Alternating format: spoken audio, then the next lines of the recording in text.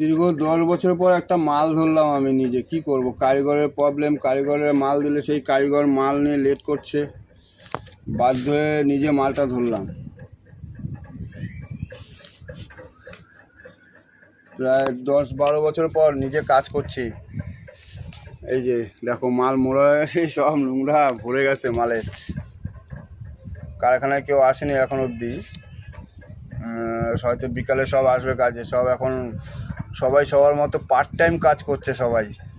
কি করব, সময়টা এতটাই খারাপ যাচ্ছে এখন, সবাই সবার মতো পার্ট টাইমে কাজ করছে। বিকালবেলা সবাই আসছে। এদিকে মাল ঠাল পাঠাচ্ছি, কোনো পেমেন্ট আসেনি। ঈদের জন্য কি জানি যায় না, কিসের জন্য এরকম হচ্ছে বুঝতে পারছি না। সময়টা খুবই খারাপ যাচ্ছে এখন বর্তমানে। সময়টা শুধরানোর চেষ্টা করছি, দেখি শুধরাতে যদি পারি।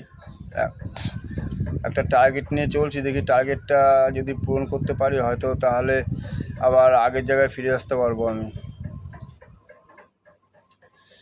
মানে মাস 6 ধরে যে মন মানসিকতা এত খারাপ হয়ে গেছে বন্ধু, মানে কি বলবো, ভালো লাগছে না কোনো কিছু।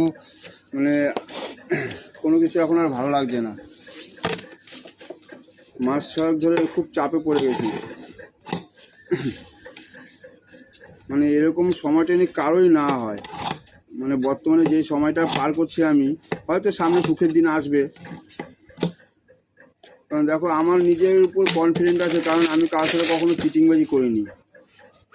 এটা হচ্ছে বড় কথা। কারোর সাথে কখনো সজ্ঞানে চিটিংবাজি করার চেষ্টাও করি না, করিও নি, আর ইচ্ছাও নেই।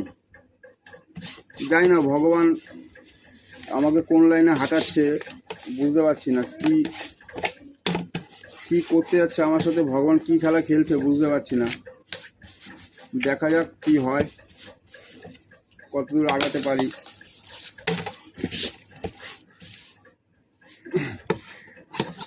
এরকমই খারাপ সময় মাল পাঠাচ্ছি পার্টিদের, টাকা পাঠানোর জন্য মাল ধরাতে পারছি না ঠিকভাবে। যেখানে 2000 মাল ধরাবার কথা, সেখানে টাকা পয়সার জন্য মাল সেইভাবে ধরাতে পারছি না। কারিগরের প্রবলেম, যা কারিগর যেটুকু টুকটাক কারিগর আছে, সেই কারিগরগুলো এদিক ওদিক কাজ ধরে ফেলেছে। মানে সবাই তো পেট আছে না, তারপর নিজে শুধরানোর চেষ্টা করছি, এরা শুধরাবে না। কি করব বলো। আজকে ঘুম দিয়ে উঠে, সকালবেলা কোনোদিন কোনো কারিগরের বাড়ি যায়নি, আজকে ঘুম দিয়ে উঠে 7:30 8টা 8:30 নাগাদ এক কারিগরের বাড়িতে গেলাম, গিয়ে দেখি অন্য কোথাও কাজে গেছে, বললো বিকালে কাজে যাবে। কী বলবো বলো।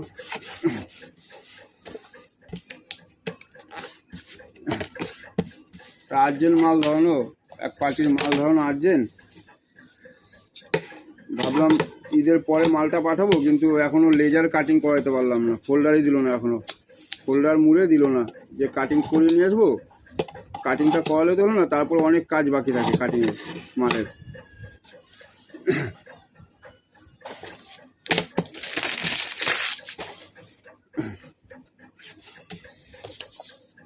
এই সময়টা নিয়ে কারো না আসে, আমার যেই সময়টা কাটাচ্ছি আমি এখন বর্তমানে 6 মাস ধরে, এই সময়টা নিয়ে কারো না আসে। ভগবানের কাছে আমি বলি, ভগবান শত্রুরও এই সময়টা দিও না। এরকম যে সময় যাচ্ছে আমার, যে পরম শত্রু, তারও তুমি দিও না এই সময়টা এরকম।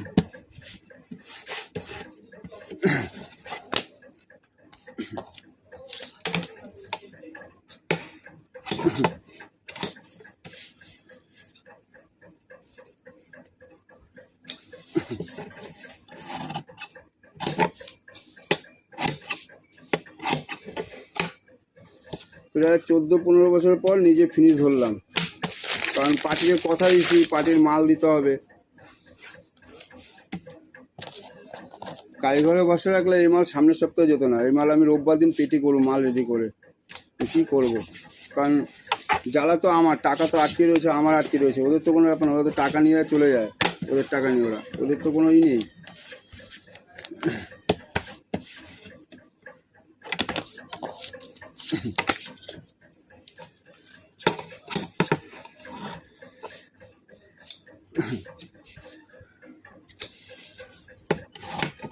কালকের থেকে কন্টিনিউ কাজ করে যাচ্ছি। কালকে সকালে ফোল্ডার বসালাম, বিকালে ফোল্ডার বসালাম।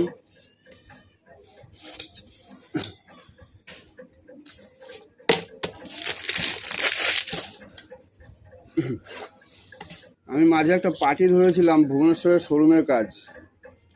সেই পার্টিটাকে ধরার পরই মানে সব শ্যুট করে না, যা হোক যেটা মেন হচ্ছে কী বলতো, আমাদের চালু মালই ঠিক আছে, আমাদের শোরুমের কাজ আমাদের শ্যুট করে না। যতই পয়সা বেশি হোক, ওটা একটা হাত জোশের ব্যাপার থাকে, কাজের একটা হাত জোশের ব্যাপার থাকে।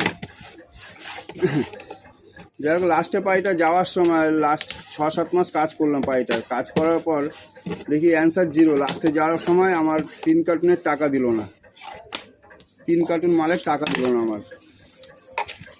আমার তো কারিগরকে টাকা দিতে হয়েছে, 100 একটা মালের দাম 100-150 এরকম করে একটা মালের দাম।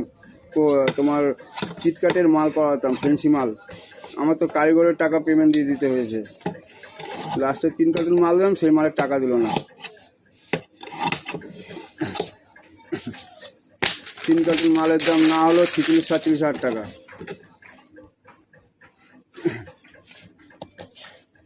ব্যাপার কি, আমরা তো চিটিং বাজ না, না? হয়তো আমি টাকা তুলতে পারতাম, পার্টিকে বলতাম তুমি টাকা পাঠাও আগে, তারপর মাল পাঠাচ্ছি, কিন্তু আমি তো সেটা করিনি। কারণ পার্টির আর্জেন্টটাকে আমি গুরুত্ব দিয়েছি। পার্টির মাল আর্জেন্ট মাল, শোরুমে দিতে হবে। প্রবলেমটা করেছে আমার কারিগর, যাকে মাল ধরেছিলাম 1 সপ্তাহের নাম করে 2 সপ্তাহ করে দিয়েছে। আর কিটকাটের মালে সময় লাগে, বললেই হয়ে যায় না। কারণ ওই মালটা একটা মাল 3-4 বার কাটিংয়ে যায়, লেজার কাটিংয়ে যায়। এবার মাল তো সময় লাগবে, আর পার্টি তো সেগুলো বুঝবে না। পার্টি দেখবে অর্ডার কবে দিছে, উনি আমার ডেট দেখায়, অর্ডার আপনাদের কবে দিছি, কী করবো বলো?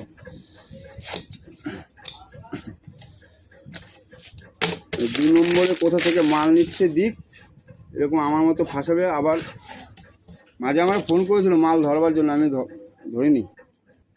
আমার বলেছে দাদা মাল করেন, আমি না দাদা আপনার সঙ্গে কাজই করবো না। আমি যেখানে এরকম করে গেছে, এরপরে হয়তো বেশি টাকা মারবে, সেই টার্গেট ছিল।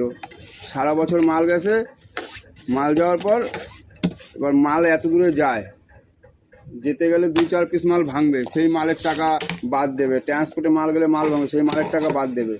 আমি একটা মাল বেচে কয় টাকা লাভ করেছি? এত টাকা বাদ দিলে কী করে হয়?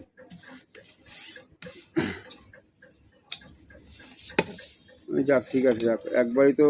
আর তো আমাকে কেউ করতে পারবে না, টাকা মারতে পারবে না। পুরোলা না মারলে কারো ক্ষমতা নেই তোমায় মারবে। নিজে ঠিক থাকবে, দেখবে সব ঠিক, তোমাকে কেউ ঠকাতে পারবে না। নিজের জায়গায় নিজে ঠিক আছে। আমার এইটাই হচ্ছে বড় বিশ্বাস। আমি কারোর সঙ্গে চিটিংবাজি করিনি, ভগবান আমার সঙ্গে চিটিংবাজি করবে না। আমার 46-47 হাজার টাকা মেরে গেছে, তার 10 গুণ টাকা আয় করে নেবো আমি। আচ্ছা, ছোট্ট একটা মনের দুঃখের মনের একটা কষ্ট ছিল, সেই ভিডিওটা তোমাদের মাঝখানে তুলে ধরলাম। যদি তোমাদের কারো খারাপ লাগে আমাকে ক্ষমা করে দিও। আর কি বলবো, আর এটা যেটা বাস্তব কথা সেটাই বললাম। আর তুমি যাকে বেশি ভালোবাসবে সেই তোমাকে বেশি ব্যথা দেবে, এটা হচ্ছে নিয়ম প্রকৃতির। আমি ভেবেছিলাম যাক, আমার কলকাতা পার্টির কাছে মাল দিয়ে লাভ হচ্ছে না, আমি এই পার্টিটাকে ধরি, লাভ হবে, 2 পয়সা কাজও হবে। কিন্তু উল্টো আমার ক্ষতি হয়ে গেছে। আমার কলকাতা পার্টি লক্ষ্মী ছিল আমার।